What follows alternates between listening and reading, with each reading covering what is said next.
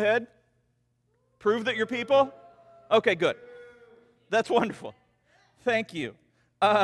We are here for week 2 of this series, which is called For Good, in which we are talking about the simple fact that we are called to be a force for good in the world, that we are called to do good, that we are called to do our best, to be kind, to help people. Last week, I talked about the woman at the well and how she was a Samaritan who everyone among the Jews hated, and yet Jesus came and he talked to her, and he didn't start out like throwing a Bible at her or throwing scripture or kicking her and saying, hey, you're wrong. He started out saying, hey, could I have some water? Because he saw her as a person, not as a number. We have just gone through an election in which two sides essentially see each other as numbers, see each other as opponents, see each other as the other side, and yet Jesus is like, no. Like, that's not what I'm talking about. That's not what you can do. That's not what you should do. You should see them, like I saw the Samaritan woman, and you notice in that, when he talked to her, he told her what he believed, he told her what the truth was, but he didn't then keep beating her in the head. He didn't then keep arguing until she felt that he was right, because he didn't need to, because he loved her and he saw her again as a person.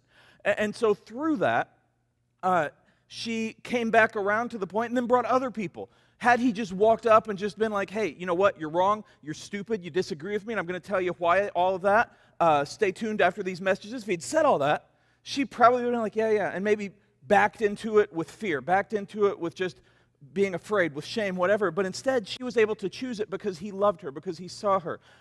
This week, we're going to continue that theme for good, because the first thing in terms of doing good is to see everyone as a person, regardless of who they are. We're going to talk about know better, and I've cleverly made a title screen in which those are pictures of a lot of people around the world, not specific people, just people of all ages, all sexes, all nationalities, all beliefs, all whatever, like all different people, just different people. And at the top, it says know better. Now, the reason for the parentheses is not that I went crazy and got stuck in wingdings on Word. It's only happened once in my life. But it's because we as Christians have to know better, K-N-O-W, than being like the world. We have to know better than treating other people like they're garbage, treating other people like we hate them, hating other people, treating other people just in anger, just like as opponents, as numbers. But we also have to remember that we are N-O, better than them. And they are no better than us. One of the things that we get stuck in is when you are a Christian, when you are right in anything, regardless, not just faith, but when you know that you're right, just anything, math, faith, life, picking the right football team, IU, who crushed Michigan, anything like that. When you are right, you want other people to know that you're right, and you want other people to agree with you. And so with that mindset, and again, we see this in politics, we see this in churches, we see this in the world. With that mindset, you start by seeing people as numbers, but then you're like, well, I'm better than them. Now, you don't start by thinking it. Most people who see someone see someone that they disagree with, see someone who they know is wrong, see someone's post, see someone with a different team, see someone whatever, with a different faith. They see someone different. They don't start by saying, well, I'm better than them. But the way that they talk to them, the way that they talk about them, the way that they act around them is showing that you think you're better than them. And Christians get caught up in this more than almost anyone, maybe more than anyone, because we believe strongly in our faith, in our salvation, and it's vital and it's important, and it's the most important thing to us. And because of that belief, because we know how good it is, because we know how important it is, we go around and we go from thinking, man, you know, I'm blessed, #blessed, to thinking, yeah, you know what, they're not, or they're not as good as me, or they haven't chosen, and you start by thinking, you know what, I want to love them. And you're like, they disagreed with me, they cut me off, they don't like the same things I do, so they're out of here, and you start thinking, I'm better than them. But again, you never say it, but you start thinking it. And so I want to talk tonight from Luke chapter 5, verses 27 through 32. Later, as Jesus left the town, he saw a tax collector named Levi sitting in his tax collector's booth. Follow me and be my disciple, Jesus said to him. So Levi got up, left everything, and followed him. I want to start here. This is the calling of Levi, who is Matthew, the disciple. And he was a tax collector. Now, you've probably heard this if you've been in church before, or if you've been around your parents at tax time. People hate tax collectors. Like, literally, they get this stress. I got a letter from the IRS recently, and it's just like you have this, it ended up good, but you have this, like, feeling in the pit of your stomach of just like, oh no. And so that carries over to hate. And back then it was the same. Now, back then, More so, they would cheat, they would rob, they would steal, they would do all of these things because they were told by Rome or by the Pharisees, whoever they would report to at the time, that they could do whatever as long as they brought them their take. And so it was, very much more corrupt. There weren't the same situations with banks, with internet banking, with all of these different things we can do. And so they were hated. And so Jesus, just like with the woman at the well, walks up to the tax collector and says, you know what? The world hates you, and they see you as different. Again, just like the Samaritan woman, walks up to the tax collector, and he says, hey, be one of my disciples. Now, Matthew immediately gets up and follows him, but in his heart, he had to feel like, wow, most of the people that walk by me, they just yell at me. They say, hey, you stole my money, or they talk behind my back, or they make fun of me, or they throw things at me, or they spit at me. And this guy came up to me and saw me. And so that's why he immediately got up and followed Jesus, because he saw him. And again, Jesus shows us that people are more than a number. People are more than a profession. People are more than a gender. People are more than a belief. People are more than a political party. People are more than anything. People are people. They are souls. They are humans. And so Jesus saw that. And he called him. And he called the outcasts. And he called the losers. And he called the people that people hated, because he was hated and because he understood that we need to know that we have value. And so that's what he did. And then Matthew followed him. And then we're going to go to the next part. Later, Levi had a banquet at his home with Jesus as the guest of honor. Many of Levi's fellow tax collectors and other guests also ate with them. But the Pharisees and their teachers of religious law complained bitterly to Jesus' disciples. Why do you eat and drink with such scum? Now, here is where we see the wrong way to be. So you have Jesus who sees people as people. And so he calls the tax collector and he says, hey, be my disciple. I believe in you. I know that there is good in you. I know that you can do the right thing. And then you have the Pharisees, who are supposed to be the role models. They're supposed to be the religious leaders. They're supposed to tell people not only how to get to heaven, but how to treat each other. And that's what their whole role was. That's who they are. And when they started being Pharisees, when they worked through, and it took a lot of work, because you had to memorize all of Scripture. Now, obviously the New Testament didn't exist yet. It was being written through Jesus' actions, but they had to memorize the first 5 books, and then they had to memorize the rest, and they had to memorize all of Scripture, and people had to come to them. But when they started, when the Pharisees started, and again, as through the church now, all of the churches, we kind of look at them as villains because of what happened with Jesus. But when they first started, not a one of them thought, you know what? I'm going to treat people like garbage. I'm going to tell people that they're scum. No. They thought, wow, you know what? I've done it, and God blessed me with this opportunity to minister. Now, the Jewish faith is different in terms of it's not evangelical, where they're not necessarily looking for people to convert to it. But still, it talks about treating other people differently and better. And so the Pharisees, they're like, oh, you know what? We're going to be a difference. We're going to learn from Moses, and we're going to learn from Elijah and from all of the prophets, and we're going to look at what Jeremiah did, and we're going to look at all of these people that have gone before us and our wonderful heritage from Abraham, and we're going to just show people who God is. And so they go out there and they show people who God is, and then somebody comes up and says, you know what, I don't agree with you. And so at first they're like, yeah, it's okay, I still will pray for you, or I still believe that hopefully someday you will come and see the truth, or whatever. And then, the next day somebody else does it. Or the next day, they're like, wow, that person over there, they just said I'm their hero. Like, they want to be like me. They didn't say they want to be like Jesus. They didn't say they want to be like Mike. They didn't say they want to be like anybody. They're like, I want to be like you. And so they started to get a little full of themselves. And they started to think, you know what? I can do whatever I want. I'm a Pharisee. And so then it went from, I want to help people, I want to talk to people, to, you know what? I want people to recognize that I'm in charge, to recognize that I'm a Pharisee, to recognize this power. And then that went to, I'm better than these people. I'm way better than these people. And so you get to this part where actual Pharisees, like actual leaders of a religion, are saying those people are scum. Now, I would hope that there are no pastors today anywhere that would say this, but I think sometimes as Christians we think this. Sometimes as Christians we see people that we disagree with. We see people that even do the wrong thing, that even deserve to be told that they're wrong. And we're like, yeah, you know what? They're scum. Like, they're junk. Like, they're garbage. They're gross. They're stupid. I don't know. I went all over the place in terms of which is worse and which is bad, but I don't care about them. And again, you don't necessarily consciously think these things. The Pharisees never consciously thought, you know what, I'm going to get to the point that I am so powerful and so rich and so above people that I'm just not going to care about anybody but myself. It just happened because it's a steady thing, because they started by saying, you know what, I know better than them. And then they started going and they're like, I'm right all the time. And then it started going and they're like, hey, you know, they're wrong all the time. And then it's like, oh, they're never going to be like me. As Christians, we're not in the same positions as the Pharisees, obviously, in terms of having that power. But we can get so caught up in knowing who we are, in knowing who we serve, and knowing and believing in our bones that we're right, that we start with, you know what, I'm going to love everybody. You know what, I'm going to treat everybody like I want to be treated, and we go out, and we start to do that, and then somebody makes fun of us. Or we ask somebody to church, and they're like, no, I'm not going to go there.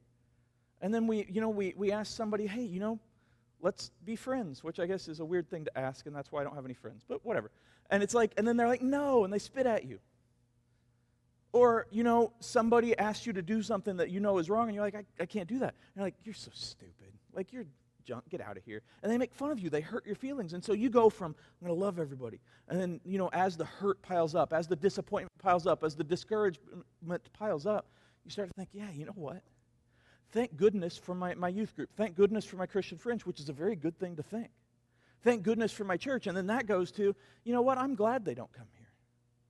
I'm glad that they don't have what I have. And then it goes to, you know what? They think that they're as good as me. They're talking to me. I'm better than them. And then it goes to, those people are scum. Again, I'm not going to go deep into the election, but we have two sides of the country basically right now saying the same negative things about each other. Just constantly. And it's not just during the election, it's all along. And this is why I get tired of politics and why I get tired of Facebook and why I get tired of the capital C church in the world sometimes, because we get so caught up in this stuff. Instead of saying, I'm a Jesus follower, or I'm a Christian, or I love you, we say, well, I'm a Republican, or I'm a Democrat, or I guess those are the only two choices in America, really. And it's like, I'm this. One of the things that I saw, and I talked about this last week, I've noticed more and more as I've gotten older, and part of this is that I'm able to see slightly more because I'm taller, barely, but I'm still taller. I'm taller than Beatrice. And so I've noticed more and more that people identify more with a political candidate than they do with Jesus. They identify more with a political party than they do with Christ. They identify more with a news station than they do with the Bible. And so because of that, they surround themselves with people that think the same. They surround themselves with people that watch that same news station and feel that same fear and have those same worries. And they fill their lives with that. They follow those people on Twitter, on Facebook, or Instagram. So everything that comes in is just what you want to see. And then when you see someone that believes or thinks differently, you say, what? They're wrong. Like, they're so stupid. And I've said this before, and I'll say this again. People that disagree with you, they don't do it just to tick you off. I mean, maybe sometimes they do if they're your friends or they're a bully or whatever, but, you know, by and large, people don't disagree. They don't wake up and be like, you know what? In 12 years, I'm going to have this view just to tick off Jenna, or just to tick off Nate, or just to make Terry crazy, make him rip his hair out. That only works if you know who Terry is, but still, it's funny. They don't think that. They think, this is what I believe, and they go forward. And yet, because we surround ourselves sometimes, and this is different from having Christian friends, this is like your entire worldview is cut into this one way of thinking. You're like, well, they're against me. And again, you, like the Pharisees, go, scum. Because the Pharisees started out among the people, and then they just had little Pharisee clubs. They had little Pharisee scouts, and instead of going to Boy Scouts and becoming an Eagle Scout, you went to Pharisee Scouts, and you became a Pharisee Scout. I guess that doesn't work. But they just kept surrounding themselves with what they thought, with how they felt. And so when they saw someone like Jesus, like, whoa, he thinks we should love everybody? Like, he thinks we should treat people like they want to be treated, like we want to be treated? He talks to a tax collector. He goes to dinner at a tax collector's house. He's scum too. And again, we look at this story, and everyone who is listening to me, whether you're online or in person, you're thinking, well, that's insane. Like, a religious leader calling somebody else scum, that's wrong.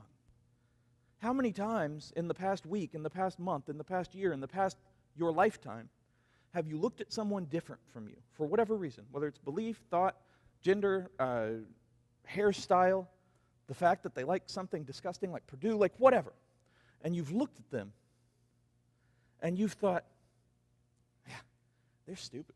They're an idiot. They're a moron. I don't like them. Now, there's a difference between not liking and hate. I get that. But it's all a downhill slope. How many times have you looked on some social media or somewhere at school and you've seen someone or heard someone just disagree, have the completely opposite view, and you've thought, yeah, I can't stand them. They're scum. Now, I'm not saying, everybody's truth is everybody's truth. I'm not saying every viewpoint is valid. There are some things that we have to hold to heart. There are some things, if you see racism or sexism or something where people are being hurt, you see something where people are just actively being bullied or hurt, you can't say, oh, that bully, he can do whatever he wants. That's not what I'm saying. Now, you also don't walk up and hit him in the face with a Bible and say, listen, this is why you're stupid, because it's going to be trouble for you. And it's also not doing any good. But people are people. And this tax collector, who everybody would have agreed with the Pharisees on, he was a person. And so he became a disciple because Jesus saw him as a person. And then as a disciple, he wrote a gospel about Jesus. He was called, and Matthew is one of the most popular of the four gospels because it ties in the messianic prophecies. And it's so cool to see, and that's because Jesus gave him a chance, because he saw value, because he saw who he was, because he loved him, because he knew that all those Pharisees who think they're better than him, they're not. But he also didn't think Matthew was better than them. Now, Matthew did better things, and Matthew did good. And he knew that he wasn't better, but he knew that he could serve Jesus in a great way, and he could do good there. Last part of the scripture. Jesus answered them. Healthy people don't need a doctor. Sick people do. I have come to call not those who think they are righteous, but those who know they are sinners and need to repent. That is a huge statement for Christianity. Because in every church, there comes a time where you have to start making a decision, like, is this the church we're always going to have? Or are we going to do what we need to do to bring in new people? Because I got to tell you, it's an easy argument either way. Now, the right thing is obviously to always bring in more people and always be willing to when I say change with times, I don't mean change the Bible. I mean recognize that if you go out in a suit and tie just like you did in 1856, and have that same message with the King James or whatever, it's going to be different. Now, there's a place for that, and there are churches for that, and that's nothing wrong either. But I'm saying if you look how your parents, your grandparents, your great-grandparents, how past generations, people change, generations change. The Bible does not change. The message does not change. But the way that we love each other has to. We have to recognize that we love everyone. And so when Jesus says, healthy people don't need a doctor, he's not saying those churches that are like, hey, we're together and we don't have many people, but we do the same thing and we're trying and we do good. He's not saying, oh, they're no good. He's not saying that the mega churches, the big churches, they're better than the small churches. He's not saying that. He's not saying that these Christians who have reached 50 people in a year are better than these Christians who have only talked to one person. He's not saying any of that. He's saying healthy people are already healthy. If you're a Christian, you're already a Christian. And he's not saying get out of the church. He's not saying stop being a Christian. He's saying, hey, recognize what you have and have this hope that other people have it too. Because sick people need a doctor. Now, this is not a good testifying tactic if you go up to one of your friends and you're like, hey, you don't go to church, you're sick. That's not what I'm saying. When he says sick people need a doctor, he's like, I'm calling people who recognize that they are not perfect, who recognize that they are not better than anyone else, who recognize that they need God, that they need love, that they need hope, and that they admit it. I'm not going to the Pharisees who say that they have everything. You see, in Christianity, as a Christian, you're never going to be perfect. You're never going to have everything. You're never going to know everything. You're never going to be without temptation.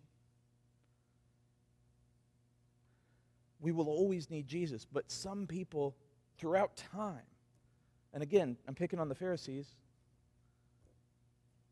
Happens. Some people like that are like, hey, I've arrived. I worked hard and I did everything I could, and now I'm better than everybody else. What the world sees of the church right now, the capital C church, that means all of it, is they see people who are acting exactly like everyone else. I'm talking about what you see on the news, what you see in person, what you see on Facebook. See people who are talking negatively about everyone just like everybody else is. You see people, and you're like, oh, well, I know who they voted for. I have no idea who they serve or if they go to church. You see people, and that's what the world sees. And you're like, wow, they think they're better than me. Now, if you knew someone who actively acted like they were better than you, and actively said how smart they were and how much more they know than you, and just how much more they've done than you, and how much you need them, are you going to go to them and be like, hey, tell me about Jesus? No, you're going to be like, I can't stand that person like this. If that's what Christians are like, what am I going to do? Jesus said, hey, love everyone. Show everyone who I am. Show everyone that we are here together. And here's the kicker. There were people that turned down Jesus. Now, that's insane to us. But there were people who he would talk to in groups, and they would say, yeah, that's not for me. And he did not then pop on to Facebook of the day, so Bible book, and then type up this really mean letter like, yeah, this person.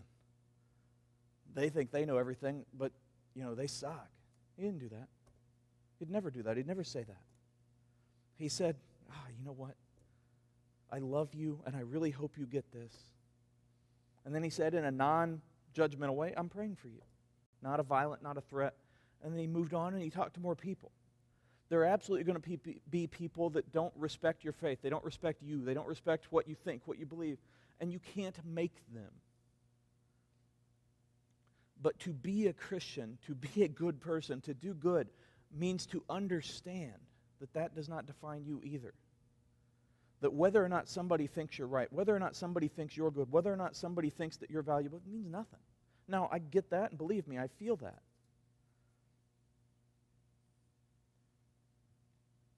But to think that you are better than other people just because you have this blessing, it's not helping anybody.